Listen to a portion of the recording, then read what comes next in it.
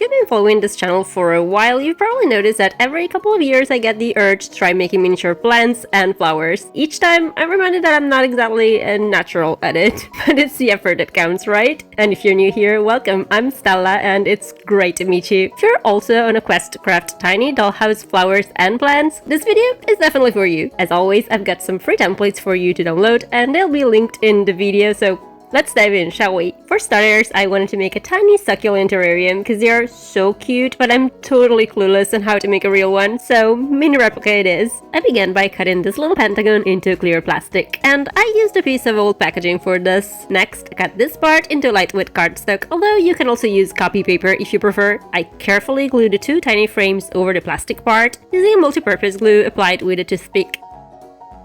Then I colored the paper border with acrylic paints. And the cool thing about using acrylics is that if you get some paint on the plastic, you can simply scrape it off. I made 5 more identical pentagons for a total of 6, which I then assembled this way.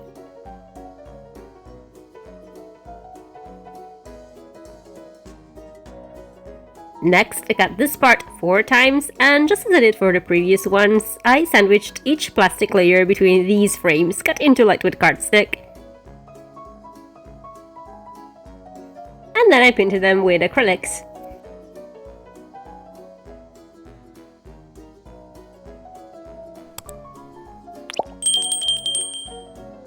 I attached the first 3 pieces to the terrarium's base, and set the 4th aside for a minute, figuring this would make filling it a lot easier. For the first layer, I made a bunch of tiny rocks by scrunching up a piece of toilet paper, yes, toilet paper, with some glue, and then I cut it into small pieces. Then I placed all the little fake rocks on the bottom of the terrarium this way. To make the soil, I simply emptied a few used Nespresso capsules and let the coffee dry out for a couple of days. This is my go-to method to make fake soil because I drink a lot of coffee, so I have plenty of it available.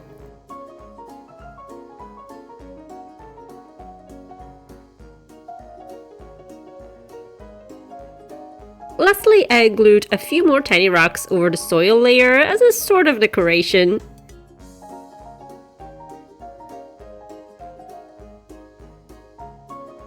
With the terrain ready, I started working on the first tiny succulent. I cut this part into lightweight cardstock and then I painted it green. I like using alcohol markers for this kind of task because their ink seeps through the paper, painting both sides simultaneously, which is very convenient. To add just a little more depth to the petals, I painted their tips with a touch of red.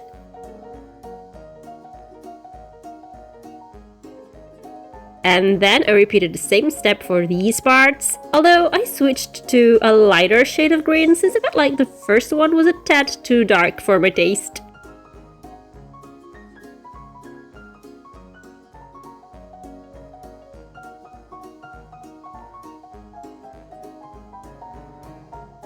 After I painted all the parts, I used a small dotting tool to give each petal a rounded and somewhat concave shape.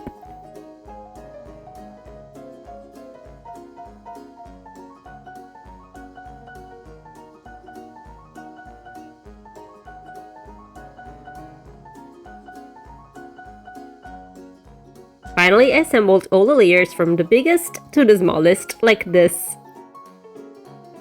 I used the exact same method to make the second succulent, which I painted in a light yellowish green with red tips.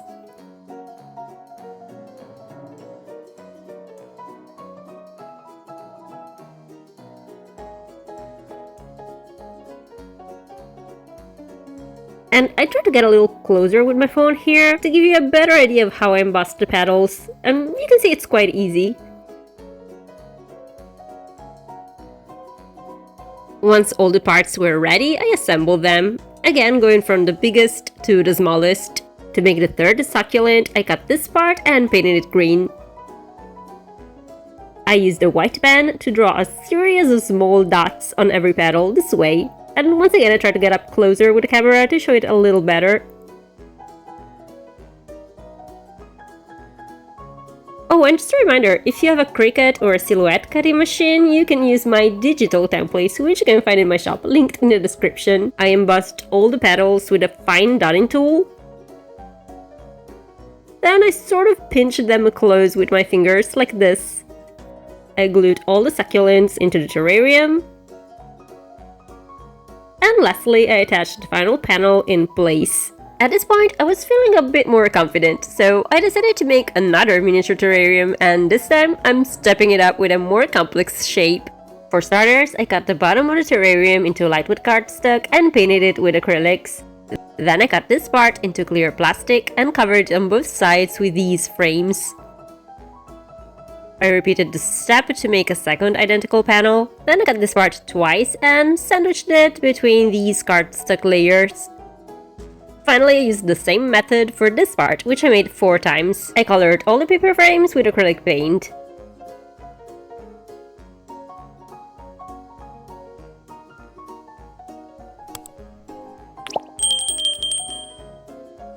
Then I assembled the base of the terrarium this way.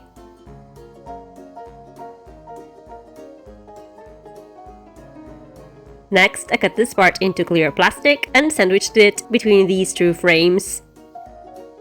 I repeated the same steps for this part, which I made twice, and for this one that I made 4 times. Once again, I painted all the borders in a copper color.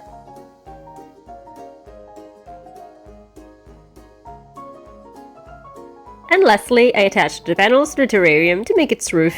And just as I did for my first terrarium, I left a couple of the top panels aside to make it easier to fill it. And I kinda cheated this time and put the rocks only along the borders of the terrarium, and then I covered the center with a bigger piece of toilet paper. I also painted another piece of toilet paper with a brown marker and used it as a base for the coffee/soil so that I wouldn't have to use as much.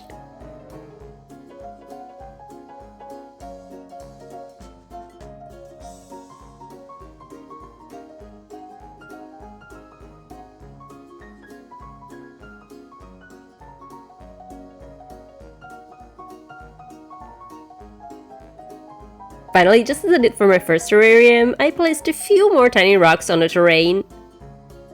Once the gravel and soil layers were ready, I started working on the next miniature succulent. First, I cut this part and painted it in a light shade of green.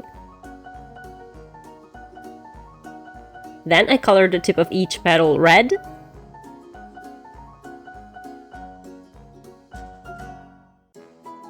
And finally, I shaped all the petals with a small dotting tool.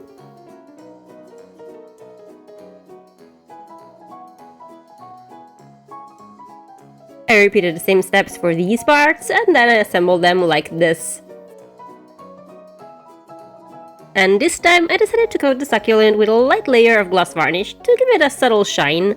To make the next succulent, I cut all these parts and painted them in a gray and pink gradient.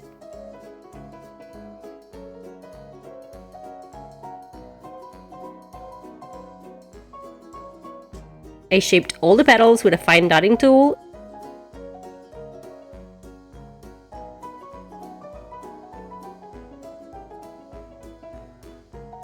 Then I assembled all the layers this way. To make a tiny cactus, I cut this part and painted all the pieces green, using a darker shade to paint the borders and the center.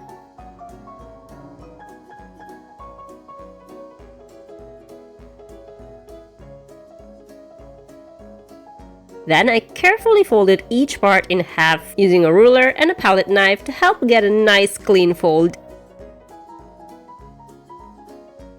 When all the parts were ready, I assembled them like this.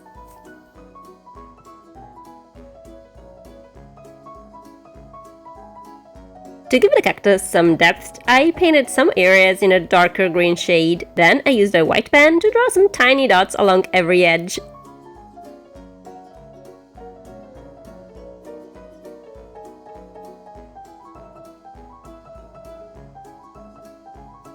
I arranged all the succulents in the terrarium, but then I noticed the setup looked a bit empty and honestly kinda suggestive. To balance it out, I added another smaller cactus. I think it looks a lot better this way. Finally, I attached the 2 remaining panels to the terrarium's roof, like this. Next up, I wanted to make some miniature tulips because they've been popping up everywhere in my Instagram and Pinterest feeds, so I'm guessing they're in season right now.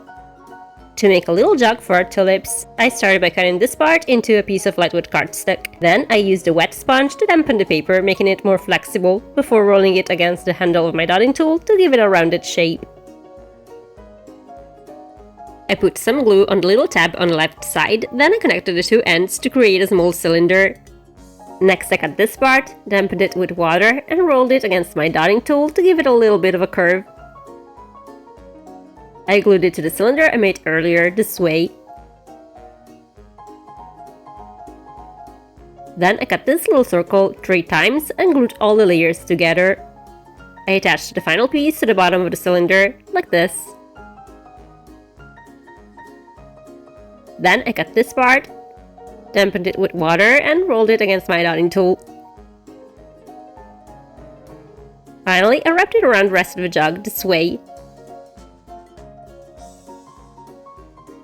Next, I cut this part into cardstock a few times and glued all the layers together to make the jug's handle. At this point, I covered the jug and the handle with acrylic gesso. I always like to use this on my paper miniatures because it makes them a lot sturdier and it also helps achieving an even surface. Now, I was torn between making a modern lacquered jug or opting for a rustic classic metal look, so I decided to make both. For the first option, I simply painted the body and handle in a bright color.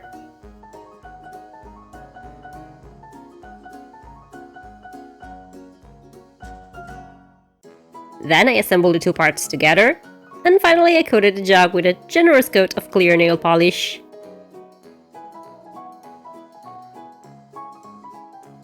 To make the metal jug, I started by painting the body and handle with a dark grey base.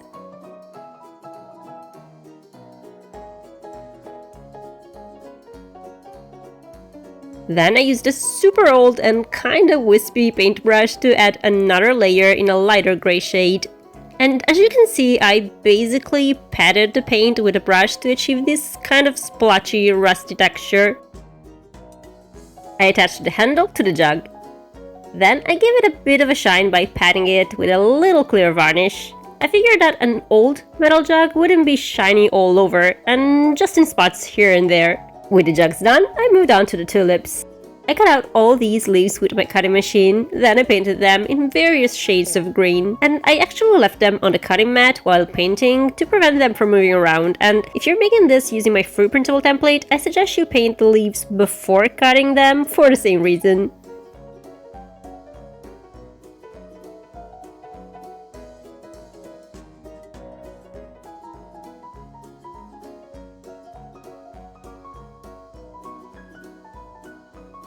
Next, I cut the petals, and once again I painted them with the markers.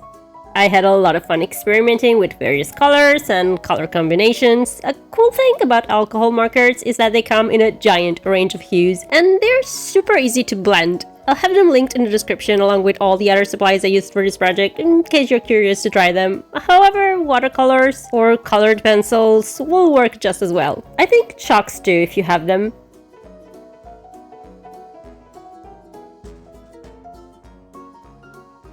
To make the stems, I used floral wire. I like the sapphire wire because it's wrapped in paper, which makes it easy to color and glue. Once all the leaves, petals, and stems were ready, I started to assemble the tulips. First, I glued a tiny little piece of toilet paper to one end of the stems, shaping it with my fingers to give it this shape. Then I grabbed a petal and I used a dotting tool to give it a nice rounded shape. I glued the first petal to the tip of the stem. Then I prepared 2 more and glued them next to the first one this way.